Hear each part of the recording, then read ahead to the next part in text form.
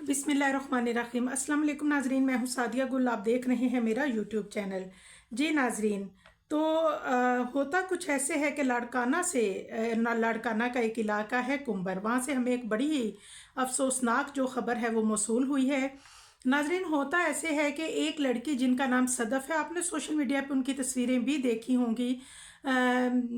Comber में एक family रहती थी जिसके सरबराह का नाम था अरफान उल्ला। अरफान उल्ला जो है वो मिडिल क्लास से थे और उनको अल्लाह ताला ने एक बेटा और एक बेटी से नवाजा। उनकी बेटी जो है उनका नाम सदफ़ था। सदफ़ इंतहाई खूबसूरत और ज़हीन लड़की थी, बहुत सलीकाशार थी। वेल एजुकेटेड होने के साथ साथ वो वेल मैनर्स भी थी और ख़ूबसूरत भी थी। तो नाजरीन, अरफान उल्ला जो वो बच्ची जो है वो, क्योंकि उसको पढ़ने का बहुत शौक़ था और मैट्रिक के बाद उसने क्योंकि वो स्कॉलरशिप होल्डर बच्ची थी और उसने स्कॉलरशिप पे बीएड किया और बीएड करने के बाद उसने एक शुरू कर दी जॉब, यानी कि गवर्नमेंट जॉब के लिए उसने अप्लाई कर दिया। अब नाज़रीन, उसी दौरान ऐसे हुआ कि इरफान उल्ला जो हैं उनकी डेथ हो जाती है। जैसे इरफान उल्ला की डेथ हुई, ज़ाहिर है घर में माली मसाइल जो हैं वो शुरू हुए। सदफ़ क्योंकि पढ़ी लिखी लड़की थी और उसने फ़ौरन ही मुख्तलिफ़ स्कूल्स में अप्लाई किया और फिर एक प्राइवेट स्कूल में उसकी जॉब हो जाती है और सिलेक्शन हो जाती है, लिहाजा वो स्कूल में पढ़ाना शुरू कर देती है।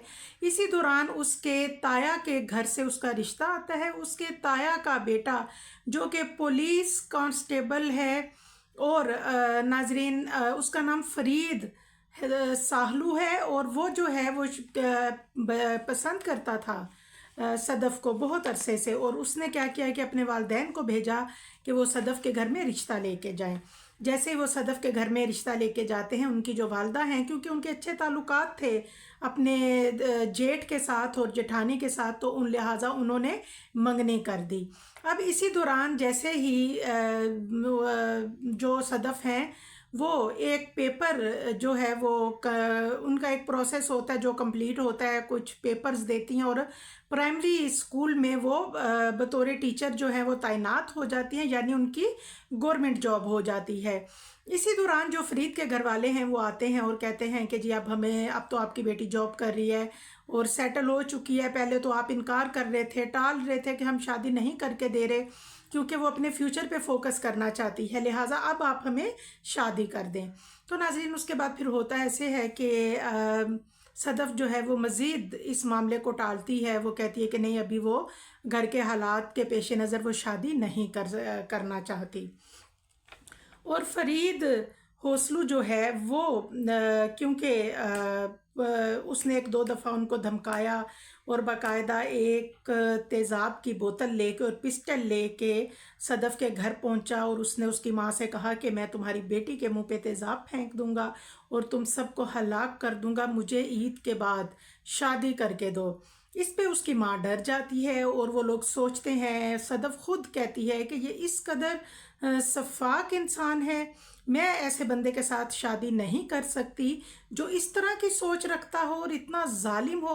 वो अभी धमकियां दे रहा है तो बाद में क्या करेगा, लिहाजा जो सदफ़ है वो उसको खुला का नोटिस भेज देती है। लेकिन जैसे ही वो खुला का नोटिस भेजती है तो फरीद होसलू जो है वो गुस्से से उनके घर पे आता है और उन्हें कहता है कि ये खुला का नोटिस वापस लो और मुझे रुखसती करके दो। अगर मुझे 8 दिन के अंदर रुखसती नहीं करके दी तो फिर आप लोग अपने अंजाम के ज़िम्मेदार खुद होंगे।